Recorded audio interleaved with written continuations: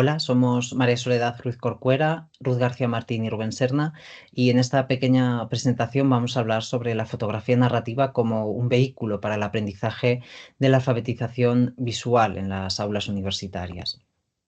Antes de ir punto por punto de este pequeño índice, es importante que recordemos que vivimos en un contexto cultural y social muy marcado por el reciente giro visual, ¿no? En el que la imagen está muy en el centro de nuestra forma de conocernos, de comunicarnos y de construir nuestras identidades, ¿no? Y que por ello necesitamos formar a los futuros docentes para que no solo sepan interpretar imágenes, sino también a usarlas y a pensarlas de manera crítica.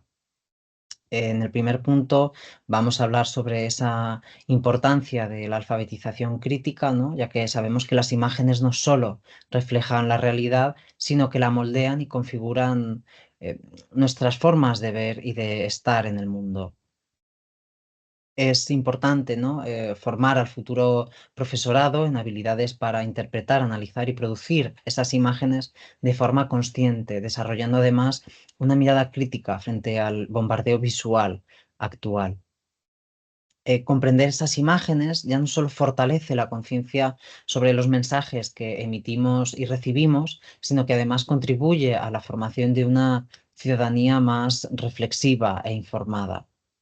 Dentro de los papeles pedagógicos de la fotografía narrativa, vamos a destacar, ¿no?, la importancia de la educación artística como ese eje central en la alfabetización visual, ¿no?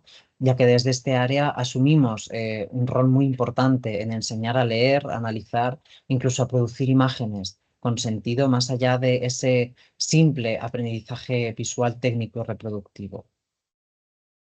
Al trabajar con esas imágenes, incluso con imágenes del arte, en la formación del profesorado, no solo nos limitamos, insistimos, en enseñar esas técnicas, sino a desarrollar su capacidad para construir sentido en un entorno visualmente muy, muy saturado. Por ello, desde este campo, eh, podemos enseñar a leer esos lenguajes visuales y analizarlos de manera consciente para producir nuevas imágenes cargadas de significado.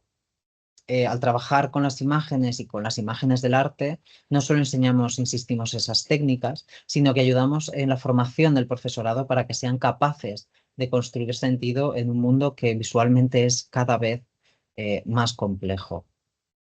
Por lo tanto, nuestra propuesta se basa en la fotografía narrativa como una herramienta ya no solo de aprendizaje técnico de los lenguajes visuales para representar realidades o para crear imágenes estéticamente bonitas, hablando, sino también pues para cuestionarlas, para reinterpretarlas, incluso para transformarlas, ¿no? Ya que la fotografía narrativa es un vehículo para que el estudiantado aprenda ya no solo a narrar sus historias personales, sino para narrar historias sociales e identitarias mediante esas imágenes, ¿no? Y para ir poco a poco adquiriendo un criterio crítico en esas imágenes que consumimos y que nos acaban dejando un pozo en el imaginario.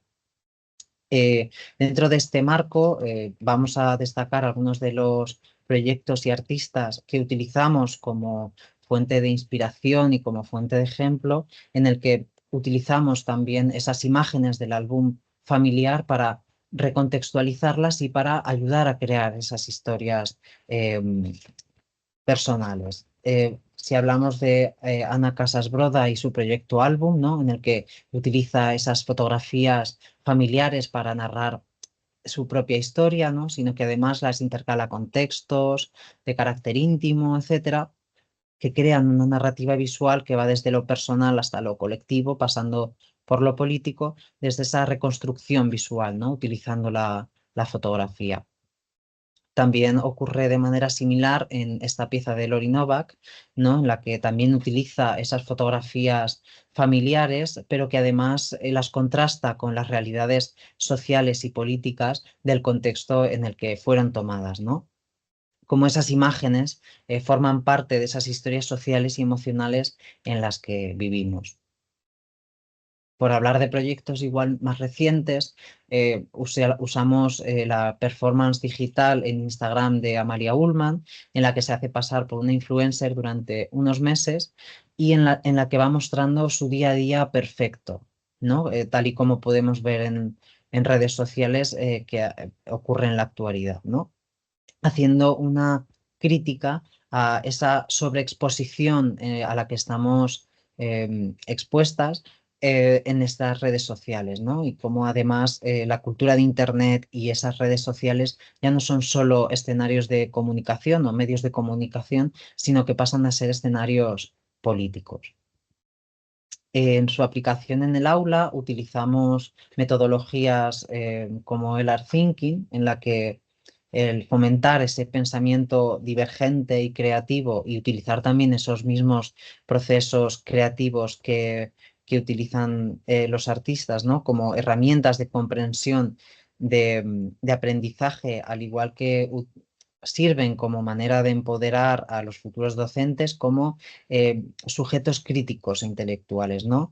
En paralelo, también utilizamos metodologías visuales que van por el análisis compositivo de las imágenes que utilizamos y que ya tienen ellos de sus álbumes para también crear relaciones intertextuales, ¿no?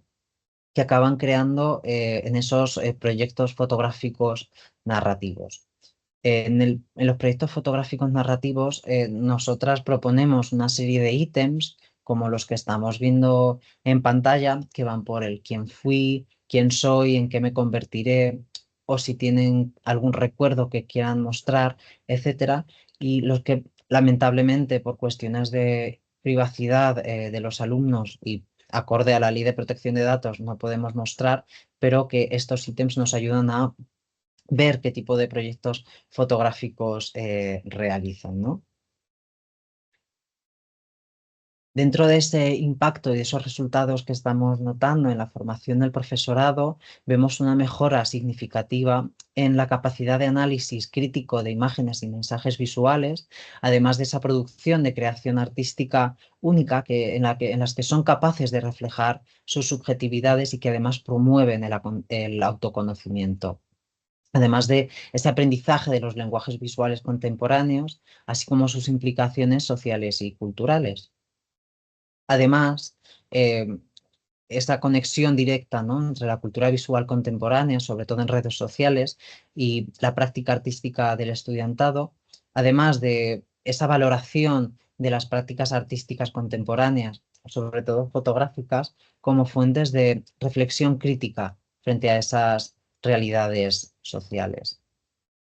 A modo de pequeño cierre y por aportar algunas conclusiones, la educación artística ya sabemos que no debe limitarse a esa apreciación estética, sino a convertirse en un espacio de reflexión crítica, de creación y de empoderamiento, ¿no? Ya que la fotografía narrativa además ofrece otras formas de alfabetización visual y de autoexpresión en la formación del profesorado.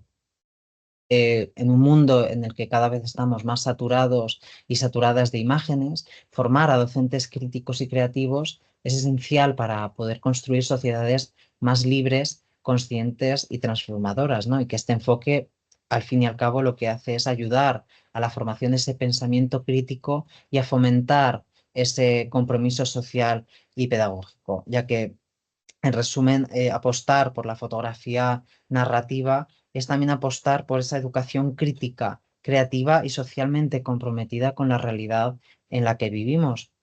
Y que por último, ya que la alfabetización visual no solo nos permite entender mejor el mundo en el que vivimos, sino que además también nos da esas herramientas para poder transformarlo.